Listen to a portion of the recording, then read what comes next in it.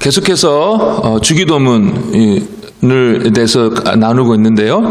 우리 한 목소리로 한번 읽어보겠습니다. 시작. 그러므로 너희는 이렇게 기도하라. 하늘에 계신 우리의 아버지여, 이름이 거룩히 여김을 받으시오며 나라가 임하시며 뜻이 하늘에서 이루어진 것 같이 땅에서도 이루어지이다.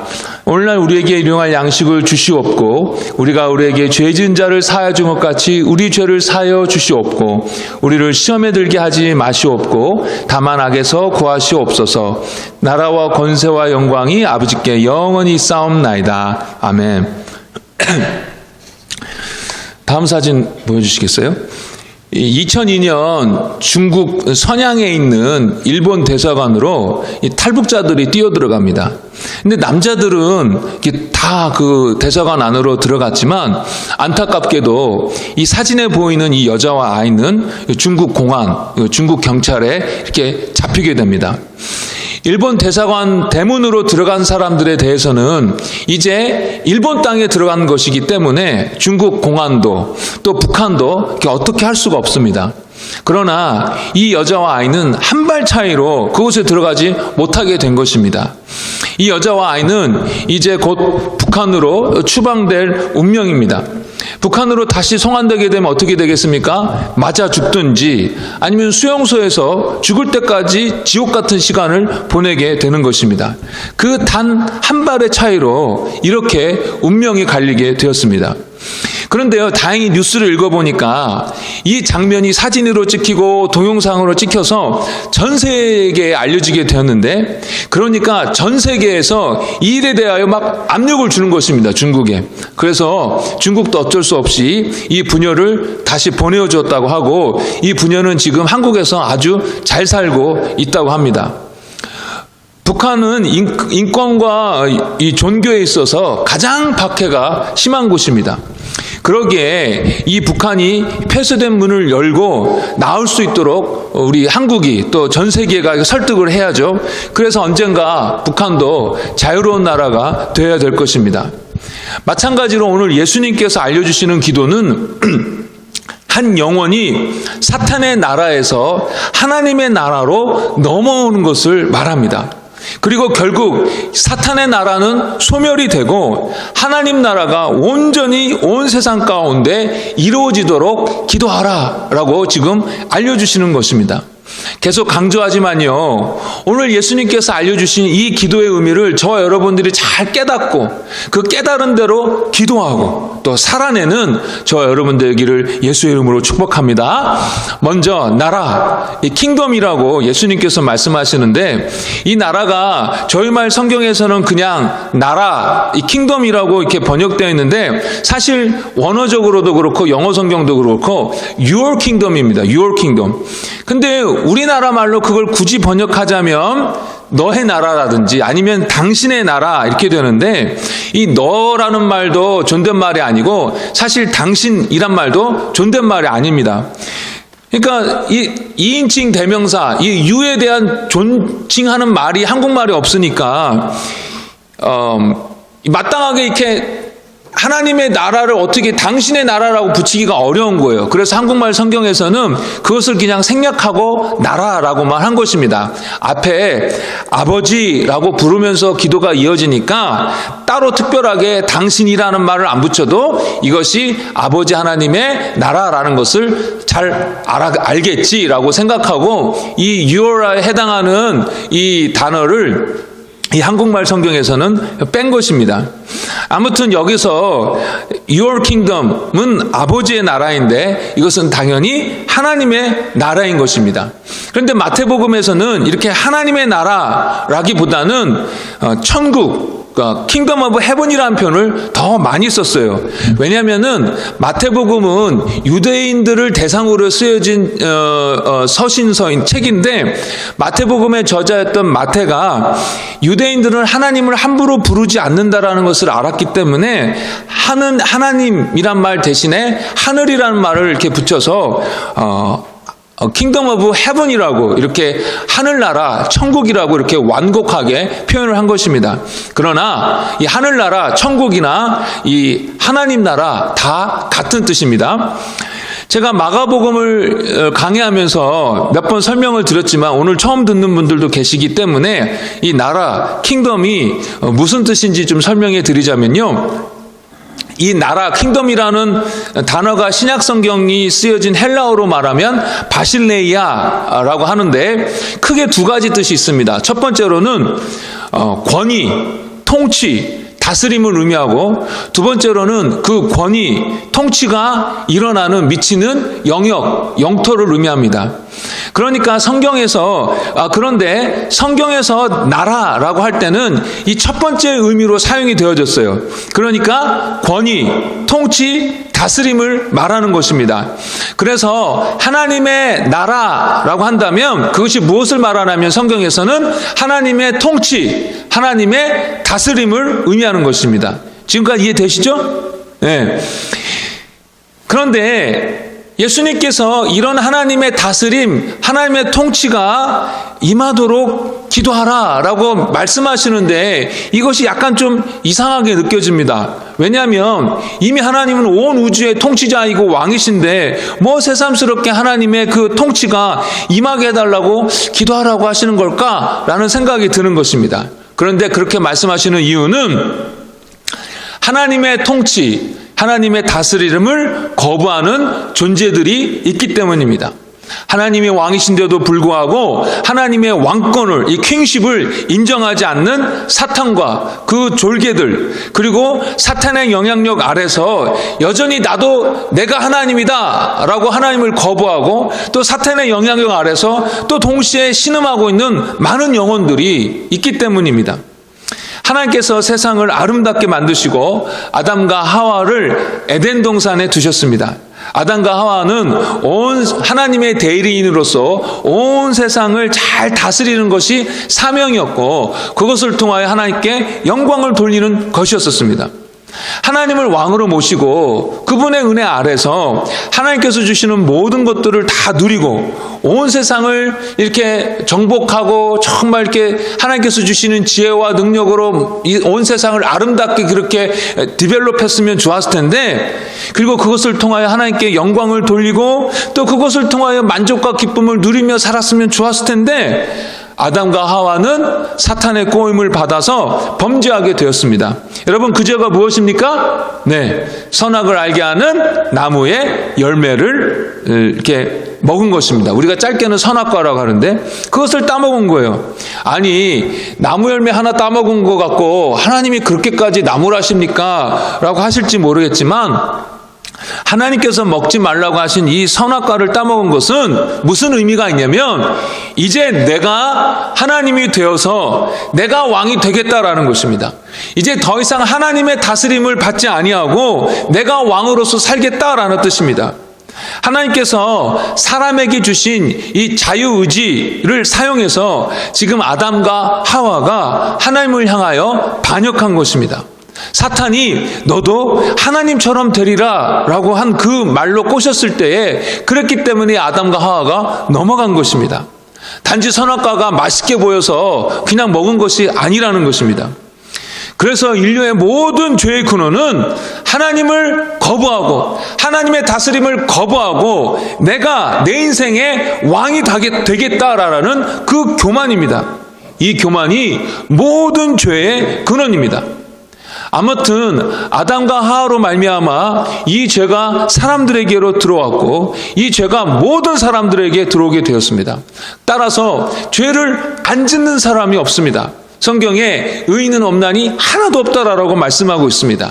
그런데 문제는 사탄이 이 사람들의 죄를 근거로 영향력을 끼치고 장악하고 다스리고 있다는 것입니다.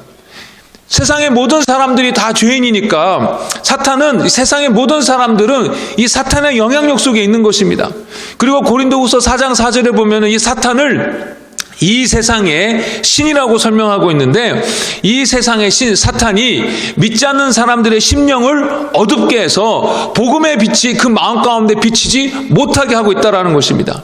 그러니까 사탄은 사람들의 죄를 근거로 해서 꽉 붙잡고 있고 그 마음을 어둡게 하여서 어떻게 해서든지 복음의 빛이 못 비추게 하여서 그 자기의 이 영역 안에서 절대로 빠져나오지 못하게 하고 있다는 것입니다. 이렇게 해서 온 세상 가운데 강력한 영향력을 이 사탄이 끼치고 있는 것입니다. 그래서 사람들은 그 사탄의 시달림 속에서 고생하다가 결국은 영원한 멸망, 지옥으로 떨어지게 되어 있는 것입니다. 그렇게 되니까 하나님께서는 아브라함을 택하셔서 이스라엘이라는 민족을 만드시고 그 민족을 통하여 하나님의 다스림을 받는 나라가 어떤 것인지 보여주시고 또 그것을 통하여 온 세상이 하나님의 다스리심을 사모하게 하도록 하셨습니다. 그래서 사탄의 나라에 잡혀있는, 사탄의 다스림 속에 지금 억눌려 있는, 매여 있는 온 세상 사람들을 하나님의 다스림으로 들어오게 하시려고, 즉 하나님 나라에 들어오게 하시려고 하신 것입니다. 다른 말로 하면 그들을 구원하고자 하셨다라는 것입니다. 여러분, 성경을 보시면 아시겠지만 하나님의 목표는 이스라엘 그 나라 하나만을 구원하는 것이 아니었습니다. 오히려 이스라엘을 통하여 온 세계가 하나님께로 돌아오는 것, 하나님의 그 다스림 가운데 들어오는 것이었습니다. 그래서 이스라엘의 조상인 아브라함을 부르실 때 하나님께서 뭐라고 말씀하셨냐면 창세기 12장 3절에 땅의 모든 족속이 너로 말미암아 복을 얻을 것이다, 이렇게 말씀하신 거예요. 그런데 여러분들도 잘 아시다시피 이스라엘은 오히려 하나님의 나라의 백성으로서 삶을 버려버리고 오히려 사탄의 나라, 이방의 나라의 법을 따르게 되었습니다. 수많은 하나님의 경고와 질책이 있었지만 그럼에도 불구하고 기어이 끝끝내 하나님을 거부하고 결국 그들은 그들의 죄로 인하여 망하게 되었습니다.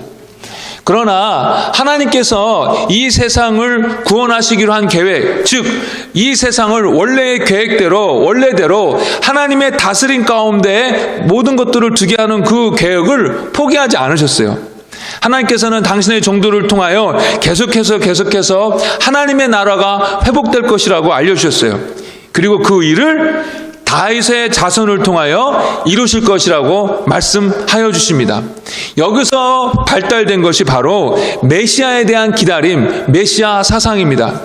하나님께서 다윗에게 나단 선지자를 통하여 말씀하여 주시는데 사무엘하 7장 12절에서 14절입니다. 우리 한번 같이 읽어보도록 하겠습니다.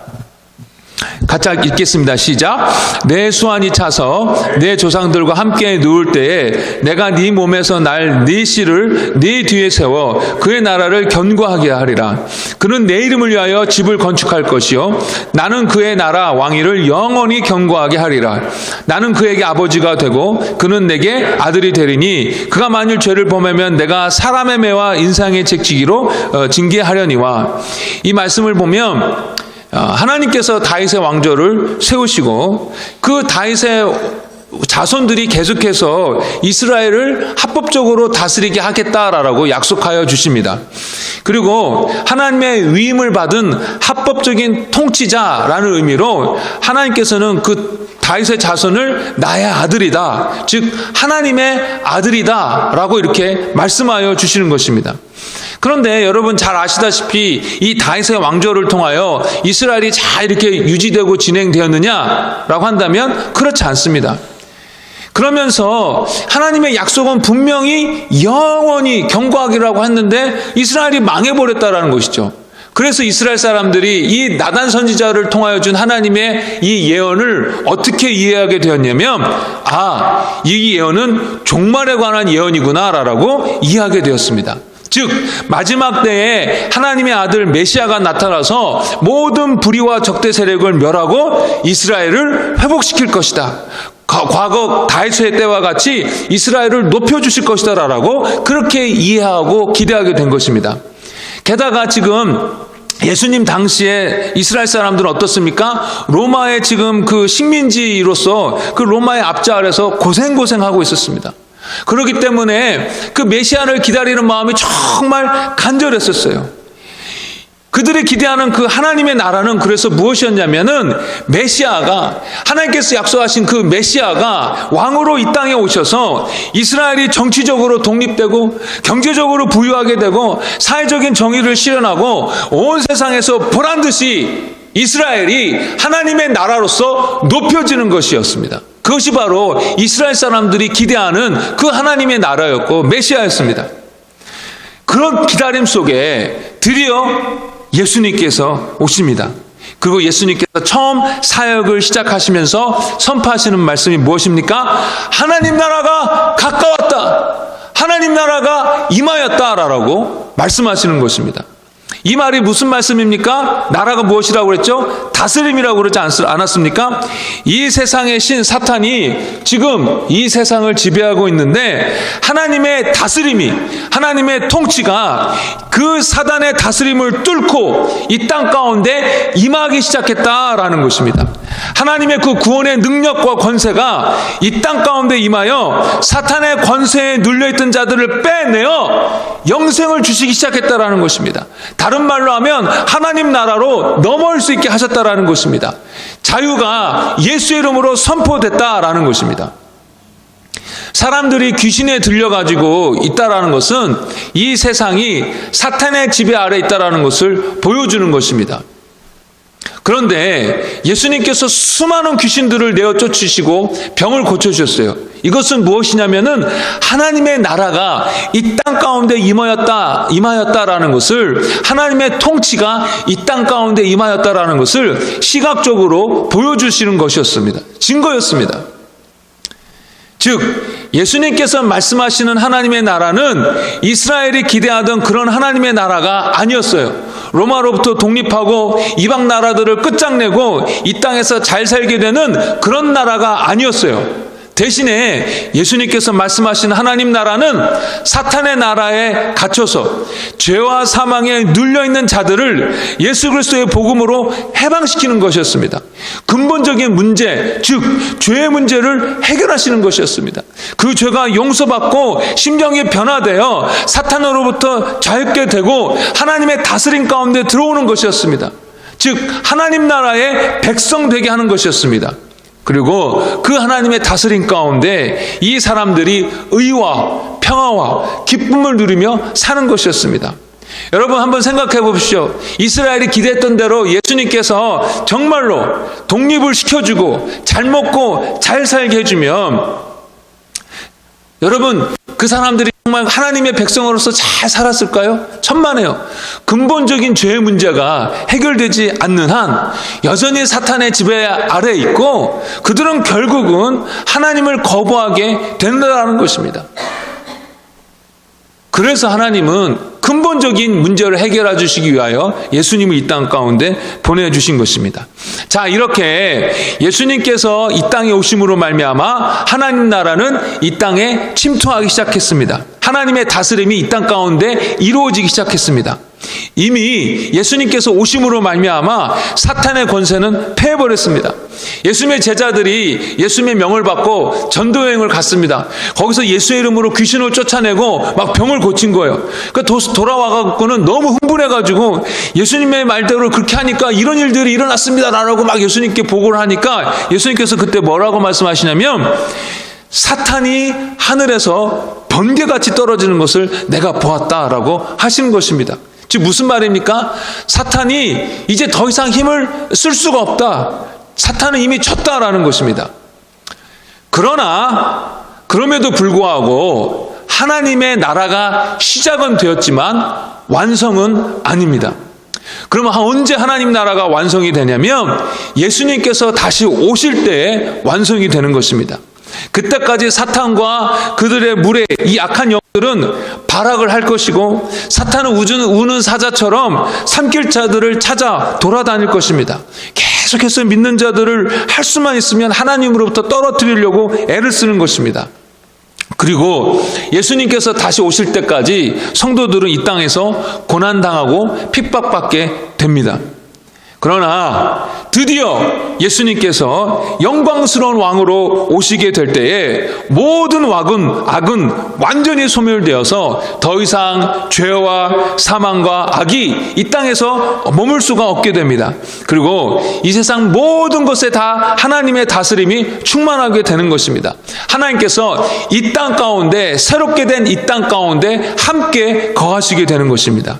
그리고 예수님께서 다시 오실 때 어떤 일이 일어나냐면 우리의 썩어지고 이 약하고 약한 이 지금의 육체는 다 벗어버려지게 되고 영광스럽고 신령한 새로운 부활의 몸을 저와 여러분들이 입게 되어서 예수님과 함께 온 세상을 다스리게 되는 것입니다.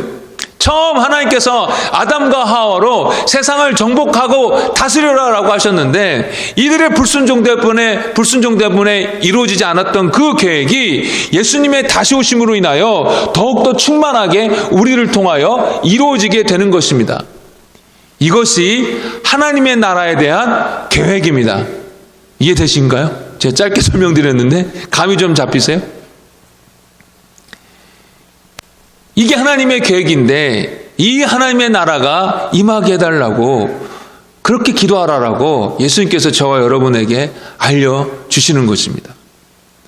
이것을 통해서 저희들이 몇 가지 좀 생각해 보길 원하는데요. 첫 번째로 하나님의 나라가 내 마음 가운데 임했는가입니다. 즉 하나님이 내 마음을 다스리고 계신가? 다른 말로 하면 내가 하나님을 킹으로 하나님의 그 킹십을 인정하고 있는가? 내가 그분의 뜻에 순종하고자 하는가입니다. 처음 아담과 하와가 선악과를 따먹으면서 하나님의 다스림을 거부하고 자기가 원하는 대로 살고자 했고 그것이 죄가 되어 사탄이 그 죄를 근거로 수많은 고통을 주었는데 여러분은 정말 하나님께 왕의 자리를 내어드리고 그 하나님께 순종하고 있습니까? 그런 자가 하나님 나라에 들어간 자요, 다른 말로 하면 구원 얻은 자입니다. 많은 사람들이 교회 다니는 것을 근거로 해서 자기가 하나님 나라에 들어간 자라라고, 즉 구원받은 자라라고 착각하는 경우가 참 많습니다. 성경에 보면요, 정말로 착각할 만한 사람들이 있습니다. 마태복음 7장에 나오는 사람들인데 제가 한번 읽어보겠습니다. 나더러 주여 주여 하는 자마다 다 천국에 들어갈 것이 아니요 다만 하늘에 계신 내 아버지의 뜻대로 행하는 자라야 들어가니라. 그날에 많은 사람들이 나더러 이르되 주여 주여 우리가 주의 이름으로 선지자 노릇하며 주의 이름으로 귀신을 쫓아내며 주의 이름으로 많은 권능을 행하지 아니하였나이까 하리니 그때 내가 그들에게 밝히 말하되 내가 너희를 도무지 알지 못하니 불법을 행하는 자들아 내게서 떠나가라 하리라. 예수의 이름으로 선지자 노릇을 했다고 합니다. 선지자가 무엇입니까? 하나님의 말씀을 대변하는 자예요. 예수의 이름으로 이렇게 하나님의 말씀을 대변했습니다. 예수의 이름으로 귀신도 쫓아내고 예수의 이름으로 권능도 행했다고 합니다. 이 정도 행했다면은 예수님을 믿는 것을 떠나서 하나님께서 사용하시는 강력한 능력의 종이구나라고 생각하지 않겠습니까? 이 정도면은 우아하고 사람들이 그런 사람에게 막 몰려가지 않겠습니까? 그런데 예수님께서 뭐라고 말씀하시냐면 나는 너를 도무지 모른다. 나를 떠나가라 라고 하신다라는 것입니다. 본인들도 그렇고 그 사람들을 보는 다른 사람들도 그렇고 이 정도 되는 사람은 당연히 하나님 나라에 속한 사람이고 정말 예수님께서 그 사람들이 하나님 나라에 들어온다 할 때에 얼씨구나 하고 받아주셨을 것 같은 사람들인데 오히려 반대였다라는 것입니다. 정말 너무나도 예상치 못한 말씀을 예수님께서 하시는 거예요. 아니 이런 사람들이 하나님 나라에 들어가지 못한다면 도대체 누가 하나님 나라에 들어갈 수 있겠는가라는 생각을 하게 됩니다. 그런데요, 이 사람의 문제는 무엇이었냐면 바로 순종이 없었습니다. 하나님의 뜻과 상관없이 자기의 욕심대로 산 사람들입니다. 저희들이 읽은 본문 앞뒤로 무슨 말씀이 있냐면 열매와 순종에 관한 말씀이 있습니다. 즉 어떤 사람이 진짜인지 아닌지 어떻게 하느냐? 열매로 한다라고 말씀하시고 근데 그 열매가 무엇이냐? 말씀을 듣고 행하는 것, 순종이다라고 알려주시는 것입니다. 즉 하나님 나라에 들어가는 자의 가장 큰 특징은 하나님의 뜻에 순종하고자 하는 소원이 있다는 것입니다. 하나님의 뜻대로 살고자 하는 의지가 있다는 것입니다. 이것이 구원받은 자가 가지는 아주 신비한 영적인 본능입니다. 우리는 과거에 하나님을 거부했던 자들입니다. 그것이 우리의 본성이에요. 그러나 예수님을 통해 죄의 용서를 받고 이제 하나님의 뜻에 순종하겠습니다라고 결단하면 이 모든 죄가 정말로 용서되어지고 하나님의 자녀가 되는데, 이렇게 예수님을 영접하게 하시는 것도 성령님의 일하심인데, 이렇게 예수님을 영접하여 하나님의 자녀가 된 사람은 그렇게 결심하고 고백한 대로 하나님의 뜻대로 살고자 하는 소원을 갖게 된다는 것입니다. 에스겔서 36장 26절에서 27절에 이렇게 말씀하고 있습니다. 또 새 영을 너희 속에 두고 새 마음을 너희에게 주되 너희 육신에서 굳은 마음을 제거하고 부드러운 마음을 줄 것이며 또 내 영을 너희 속에 두어 너희로 내 율례를 행하게 하리니 너희가 내 규례를 지켜 행할지니라. 하나님께서 성령을 보내어 주셔서 새로운 마음을 주시는데, 그 마음이 무슨 마음이냐면 하나님 뜻대로 살고자 하는 마음이다라는 것입니다. 이것이 예수 믿고 구원받은 하나님 나라 백성의 마음이요 영적인 본능이라는 것입니다. 여러분 어떻습니까?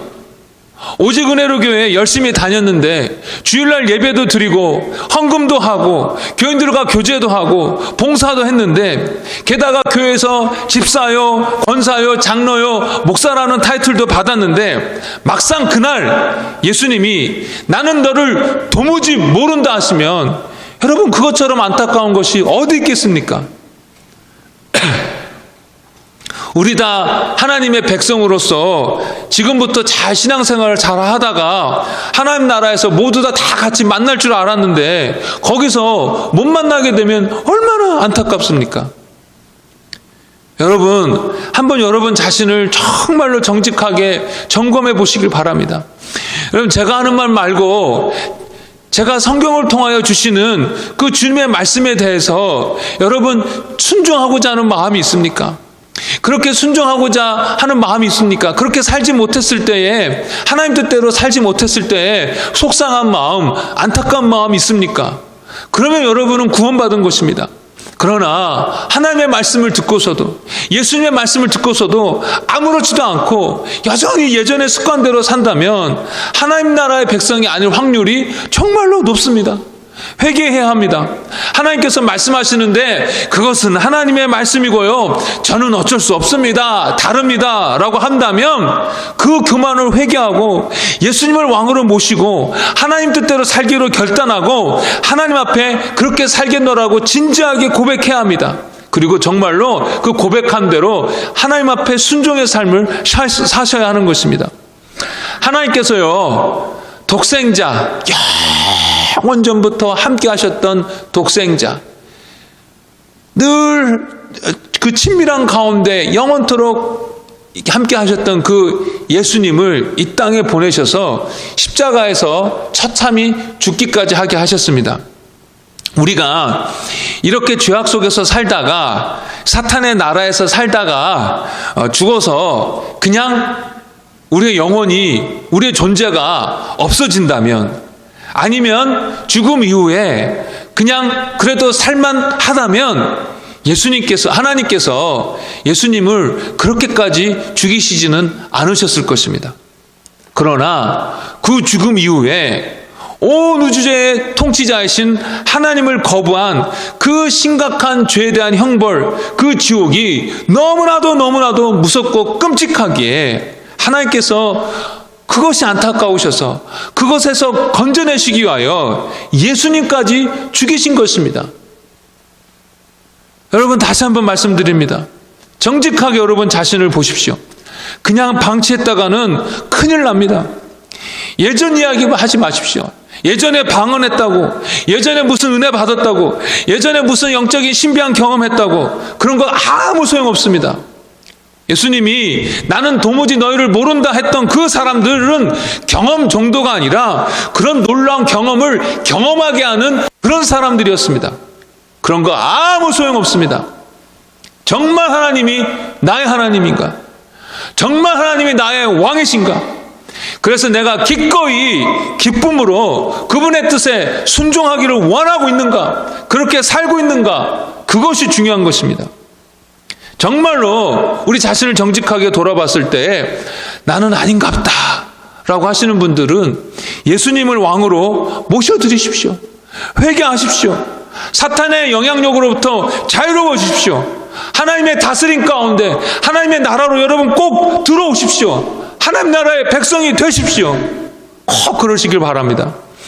두 번째로, 나는 신앙생활을 하면서 하나님 나라를 충분히 경험하고 있는가?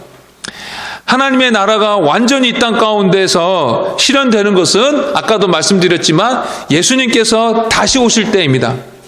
그러나 아까 말씀드린 대로 예수님께서 이 땅에 오심으로 말미암아 하나님의 나라는 벌써 시작이 되었고, 예수님 믿는 사람들은 그 하나님 나라에 속한 자가 되었지요. 즉 하나님의 다스림 가운데 있는 자가 되었습니다. 그런데 이 하나님의 다스림 가운데 있는 자가 특징이 뭐냐면 로마서 14장 17절에서 말씀하고 있는데 제가 한번 읽어보겠습니다. 하나님의 나라는 먹는 것과 마시는 것이 아니요 오직 성령 안에서 의와 평강과 희락이니라. 성령 안에서 의와 평강, 피스, 희락, 조이, 이것이 하나님 나라에 있는 자, 하나님의 다스림 가운데 있는 자의 특징이라는 것입니다. 즉 삶이 정말로 주의 말씀대로 삶으로 말미암아 의롭고 어느 상황에서나 마음이 정말 평강이 가득하고 하나님의 사랑으로 인해서 늘 기쁨이 가득한 것이 이 하나님의 다스림 가운데 있는 자, 하나님 나라 안에 있는 자의 특징인 것입니다. 요한복음 10장 10절에도 예수님께서 생명을 주시고 풍성하게 하셨다고 하셨는데, 예수님께서 말씀하시는 그 풍성한 삶은 돈을 많이 벌고 내 인생 내가 생각한 대로 정말 잘 된다라는 것을 의미하는 것이 아니라, 또 고생도 없고 핍박도 없다라는 것을 의미하는 것이 아니라 하나님의 다스림 가운데 이 의와 평강과 기쁨과 사랑을 충만하게 누리게 된다라는 것입니다. 그래서 하나님 나라는 죽어서 경험하게 되는 그런 천국, 그런 것을 의미하는 것이 아니라 이 땅에서부터 하나님 나라를, 천국을 본격적으로 누리게 될 수 있고 누려야 한다라는 것입니다. 그런데 이렇게 분명하게 약속된 것인데 이 땅에서 이렇게 하나님 나라를 충만하게 경험하는 그리스도인들이 많지 않다라는 것입니다. 분명히 저 사람 하나님 나라 사람인 것 같은데 그런 하나님의 나라를 경험하는 특징이 없거나 약하게 나타나는 것입니다. 왜 그렇습니까? 왜 그렇습니까? 아직도 하나님의 다스림 가운데 저희들이 온전히 순종하지 않아서 그런 것입니다. 예수님께서도 나의 계명을 지키는 자라야 나를 사랑하는 자니 나를 사랑한 자는 아버지께서 그 사람을 사랑하실 것이다. 무슨 말씀입니까? 예수님의 말씀에 순종함을 통하여 하나님의 사랑을 충만하게 경험하게 된다라는 것입니다. 왜 내 안에 하나님 나라가 이루어지지 아니하고 왜 우리 가정 가운데 하나님의 나라가 이루어지지 않습니까? 온전한 순종이 없어서 그런 것입니다. 순종하십시오. 더욱 순종하십시오. 순종할 때에 누리게 되는 것입니다.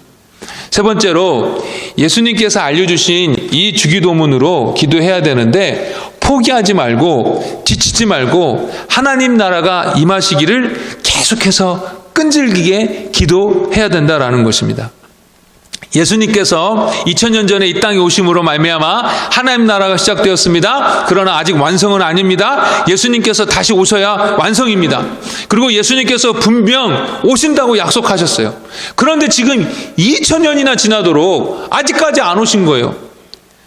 그 사이에 하나님 나라가 이 세상 가운데 확장되기도 했지만 아직도 사단의 세력, 악의 세력은 강력하게 저항하고 있고 그런 가운데 성도들은 환난과 핍박과 고난을 경험하고 있습니다. 그런 상황 속에서 예수님은 도대체 언제 오시려나 하면서 기다리다가 이제는 포기하고 싶은 마음이 드는 것입니다. 도대체 이 세상에서 일어나는 이 수많은 불의에 대해서 왜 하나님은 아직까지 아무것도 안 하시고 이렇게 기다리시고만 계시는 걸까? 저기 수많은 당신의 백성들이 비참하게 지금 예수 믿는 것 때문에 죽어가고 있는데 왜 예수님은 아직도 안 오시고 그대로 놔두시는 것일까? 하면서 낙심이 되고 속상하게 되는 것입니다. 그래서 기도하기가 싫어져요. 기도를 포기하게 돼요. 기대하면 실망도 크다고 기대했다가 실망하게 될까봐 이제 예수님의 다시 오심에 대해서 기대도 하고 싶지 않아요. 누가복음 18장에 보면은 불의한 재판관의 비유가 나옵니다. 이 재판관은 불의했지만 이 과부가 끈질기게 매달려 그 억울함을 풀었다라고 예수님께서 비유를 말씀하시면서 뭐라고 하시냐면 그 밤낮 부르짖는 택한 자들의 원한을 풀어주시지 않겠느냐, 그 원한을 속히 풀어주시리라 라고 말씀하여 주십니다. 이 불의한 재판관의 비유는 포기하지 말고 계속해서 믿음을 가지고 기도하라 라고 이렇게 적용이 되는데요. 그 적용이 틀린 건 아니지만 무엇을 포기하지 말고 기도해야 되는가라는 그 기도 제목에 대해서 좀 더 생각을 해보게 되면 이 예수님께서 말씀하시는 불의한 재판관의 비유 전에 뭐에 대해서 말씀하고 있냐면 하나님 나라가 임하는 것에 대해서 마지막 때에 관해서 말씀하고 있는 것이거든요. 그렇게 말씀하시고 나서 지금 이 불의한 재판관의 비유를 말씀하여 주시는 거예요. 그러니까 여러 가지 불의한 일들이 계속 자행되고 있지만 그리고 하나님 나라가 완성되는 것이 너무나도 더딘 것 같지만 포기하지 말고 계속 끈질기게 하나님 나라가 이루어지도록 예수님께서 다시 오도록 기도하라라는 것입니다. 그리고 그것을 항상 기대하라라는 것입니다. 그러니 저와 여러분 계속해서 이 하나님 나라의 완성을 위하여 예수님의 다시 오심을 위하여 저희들이 계속 기도하고 또 기대해야 될 줄 믿습니다. 여러분, 우리의 삶이 예수님께서 다시 오신다라고 정말로 기대하고 있다면 너무 이 땅에 대해서 집착하지 않게 될 거라 저는 믿습니다. 아마 이 땅에 대한 우리의 삶의 태도가 많이 달라질 거예요. 마지막으로 한 가지 더 나누자면 하나님의 나라가 예수님의 다시 오심으로 완성될 때까지 계속 이 땅에서는 하나님의 나라가 확장되어져야 한다는 것입니다. 즉 하나님의 다스림 가운데 계속해서 영혼들을 이렇게 들여와야 한다는 것입니다. 사탄의 내로에서부터 구출받아야 된다라는 것입니다. 그것을 위해서 하나님께서는 당신의 사람들에게, 성도들에게 성령을 보내오셔서 예수님의 증인이 되게 하셨습니다. 하나님의 나라가 임하게 하소서는 앞으로 예수님께서 다시 오셔서 하나님 나라를 완성해 주소서라는 의미도 있지만 동시에 지금도 이 땅에서 사탄의 나라에 속하여 영원한 멸망 속으로 지금 빠져들고 있는 그 영혼들을 구원하여 주옵소서라는 내용도 같이 포함되어 있는 것입니다. 그런데 그렇게 기도만 하고 있을 것이 아니라 우리 전도가 기도만 하고 있을 것이 아니라 우리가 전도의 일에 구체적으로 순종하고 힘을 써야 되겠다라는 것입니다. 작년에 저희 교회 목표 중에 하나가 무엇이었냐면 100명에게 복음을 증거하자, 예수 그리스도를 쉐어하자였습니다. 그런데 12월이 다 되었는데 100명은커녕 한 30명밖에 복음을 쉐어하지 못한 거예요. 여러분들은 어떠셨는지 모르겠지만 저에게서는 그것이 얼마나 부담이었는지, 이거 우리가 그렇게 하나님 앞에 기도하고 작정한 대로 해야 되는데 그냥 후지부지하게 넘어가면 안 될 텐데 라는 그런 부담이 너무나 컸어요. 그러면서 기도하면서 하나님 어떻게 해야 돼요? 계속 기도하고 있는데 그러다가 생각해낸 것이 제가 설교한 CD를 카피해가지고 그것을 나누어주면서 가시는 길에 꼭 한번 들어보세요. 그리고 꼭 예수님 믿게 되면 좋겠습니다. 예수 믿으세요. 라고 이렇게 말하는 것이었습니다. 그래서 한 70명이나 80명에게 적어도 예수님 믿으세요. 라는 말이라도 한번 해보자가 제 결단이었어요. 그래서 12월 초에 저 혼자 H마트 앞에서 그렇게 CD 나눠주면서 꼭 좀 예수 좀 믿으세요라고 얘기하고, 또 12월 마지막 주에는 정말 마지막 주에 우리 은정 자매님과 우리 아들 하랑이와 함께 또 이렇게 CD 나눠주면서 예수님 믿으세요 하면서 결국 그 숫자를 채워냈습니다. 여러분, 제가 그 CD를 나눠주었지만 그 CD를 누가 듣겠습니까? 한 80여 장 나눠준 것 같은데 아마 아무도 듣지 않았을 것입니다. 어느 무슨 큰 교회 목사님이라고 하면 들을까? 아니면 어떤 유명한 목사님의 설교를 하면 들을까? 누가 저의 설교를 듣겠습니까? 제가 예수님 꼭 믿으세요라고 이야기를 했다고 해서 그 이야기를 듣고 덜컥 예수 믿어야지 라고 하는 사람들이 정말 얼마나 있겠습니까? 그러나 이것이라도 하면서 내가 복음의 증거로, 그 복음 증거의 사명에 있어서 순종해야지라고 생각을 했습니다. 그리고 그것이 하나님 앞에 기도가 되길 바랬습니다. 그런데 예상치 못하게 1월 첫 주에 저기 뒤에 계신 두 가정이 오셨고 또 얼마 지나지 않아서 다른 가정이 저희 교회에 오게 되었어요. 제가 CD를 나눠준 것과는 전혀 상관없이 하나님의 은혜로 이렇게 저런 다른 이유로 오셨어요. 그렇지만 저는 개인적으로 하나님께서 그 가게 앞에서 CD를 나눠주며 했던 그 기도를 하나님께서 들으셨구나, 하나님께서 우리의 마음을 받으셨구나라고 저는 스스로 깨닫게 되었어요. 어떤 개척교회 목사님이 어저께 설교 준비를 막 하다가 저희 어머니가 한국에서 책을 이만큼 보냈어요. 근데 이제 설교 준비를 하다가 지쳐가지고 책을 이렇게 잠깐 봤는데 그게 개척한 지 저보다 한 2년 더 먼저 개척하신 목사님이 쓰신 책이었어요. 그래서 이렇게 쭉 읽어보게 되었는데, 그것 때문에 디스트랙트가 너무 많이 돼가지고, 너무 감동이 돼가지고, 막, 마음이 이렇게 동감이 돼서. 근데 이 개척교회 목사님이 전도지를 3만 장을 나눠줬대요. 3만 장을. 그 앞에서. 그랬더니 3개월 후에 한 명이 교회에 나왔다고 하더랍니다. 그 전도지 때문에. 그것이 효율적이다, 아니다를 떠나서 하나님은 우리가 전도에 대한 부르심, 그 영혼 구원하는 일에 대한 부르심에 대해서 우리가 얼마나 순종하고자 하는 의지가 있는가, 그 간절함이 있는가, 그것을 보시는 것입니다. 그 간절함이 정말 있을 때에 그제서야 하나님께서 당신의 사람들을 보내주시고 맡겨주시는 것입니다. 여러분, 토요일 날에 동네 사람들을 만나십시오. 안 믿는 친구들을 여러분 집으로 초대하십시오. 좋은 친구들 모임을 줄이게 된 이유 중에 하나는 여러분들이 동네 사람들을 만나고 안 믿는 사람들을 더욱더 만나게 하기 위함입니다. 저희들은 따로 이렇게 주중에 모일 수 있는 상황이 안 되기 때문에 모이면 다 토요일 날 모여야 되는데 토요일 날에 교회 모임이 너무 많으니까 전도할 사람을 만나기가 너무 힘든 거예요. 그래서 좋은 친구들 모임을 한 번 더 줄이게 된 것이 그 이유 중에 하나입니다. 여러분, 사람을 만나십시오. 안 만나고 어떻게 전도합니까? 만나십시오. 여러분 집으로 초대하십시오. 기도하십시오. 하나님께서 이것을 위하여 저와 여러분들을 부르셨습니다. 절대로 이것을 잊으면 안 되겠습니다. 여러분, 요즘에 한국에서 지금 1,400만 명이 봤대요. 극한 직업이라고. 그 아세요? 극한 직업이라고. 꼭 보고 싶더라고. 코미디 영화인데 전 코미디를 너무 좋아하는데.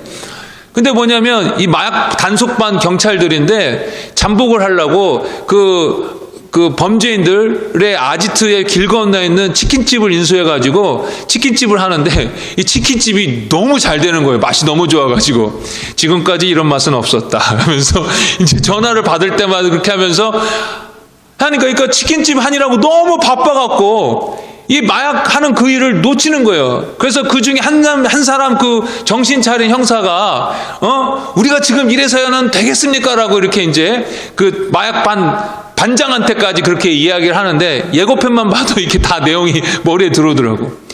근데 하나님께서 우리를 영혼들 구원하라고 보내셨는데 이 마약반 단단 치킨집 하는 것처럼 그냥 세상 살기 바빠가지고 우리 먹고 살고 우리 좀 즐기는 것에 바빠가지고 하나님께서 정작 이 땅 가운데 이 엘리코시리에 이 하워드 카운티에 선교사로 부르셨는데 그 사명을 까먹고 있지는 않느냐는 말입니다. 여러분, 선교지로 보낸 선교사도요, 선교의 사명을 갖고 갔는데 거기서 살아남으려니까 자식들 교육하다 보니까 내가 영혼 구원하러 왔지라는 사명을 까먹고 그냥 살기 바빠버린, 살아내는 것에 바빠버린 그런 선교사들도 부지기입니다. 그래서 계속해서 내가 맞아 영혼 구원하러 왔지, 영혼 살리러 왔지 라는 것을 계속해서 리마인드가 되어야 되는 것입니다. 저희들도 마찬가지입니다. 여기서 그냥 편하게 행복하게 너희들끼리만 즐거워라 라고 살도록 하신 것이 아닙니다. 오직 은혜로 교회로 부르신 것이, 우리만을 위해서 부르신 것이 결코 아닙니다. 죽어가는 영혼을 살리라고, 사탄의 그 다스림 가운데 고통받고 있는 영혼을 구출하라고 저와 여러분을 이곳에 불러주신 것입니다. 여러분, 이 사명을 잊지 않고 살아가는 저와 여러분 되길 바라고요. 이 사명을 이루기 위하여 애쓸 때에 하나님께서 특별한 은혜를 주실 줄 믿습니다. 말씀을 정리하겠습니다. 2018년 기독교 박해국 순위가 있는데, 아까도 말씀드렸다시피 북한이 1등이고 아프가니스탄이 2등이고 소말리아가 3등이고 수단이 4등이고 파키스탄이 5등입니다. 이렇게 기독교를 박해하는 나라들은 여러분들도 잘 아시다시피 그 사람에 대한 인권이 엉망입니다. 그리고 특별히 여자와 아이들에 대한 인권은 완전히 그냥 바닥입니다. 사탄이 그 지역을 다스리게 되면은 어떻게 되는지를 실제적으로 보여주는 것입니다. 예수 안 믿으면요, 이렇게 사탄에 붙잡혀서 신음하게 되며 지나게 되는 것입니다. 여러분, 그렇게 사탄에게 억눌려서 신음하면서 고통스럽게 지내는 것도 억울한데, 하나님을 거부하며 죄 가운데 살았던 것으로 인하여 영원한 형벌을 받게 되는 것입니다. 탈북자들을 도와가지고 남한으로 이주시키는 그런 선교사님들이 있습니다. 마찬가지로 사탄에게 붙잡혀 있는 사람들을 복음으로 빼내어 하나님 나라로 이주시키는 저와 여러분들이 되면 좋겠습니다. 하나님께서 저희를 부디, 정말 부디 사람을 낚는 어부되게 해주시기를 간절히 바랍니다. 한 영혼이 사탄의 나라에서 탈출하여 하나님 나라로 들어오게 될 때 느끼는 그 충만한 기쁨을 저와 여러분들이 정말 자주 경험하면 좋겠습니다. 한 영혼이 구원받아 주님 나의 나라로 들어올 때, 그래서 세례받을 때 정말 너무너무 좋아서, 하나님, 제가 이것 때문에 정말 죽어도 좋아요라고 정말 그렇게 고백이 나올 정도로 그 충만한 기쁨을 저와 여러분이, 우리 교회가 자주자주 경험하게 되면 좋겠습니다. 우리 말씀에 근거해서 잠깐 기도하겠습니다.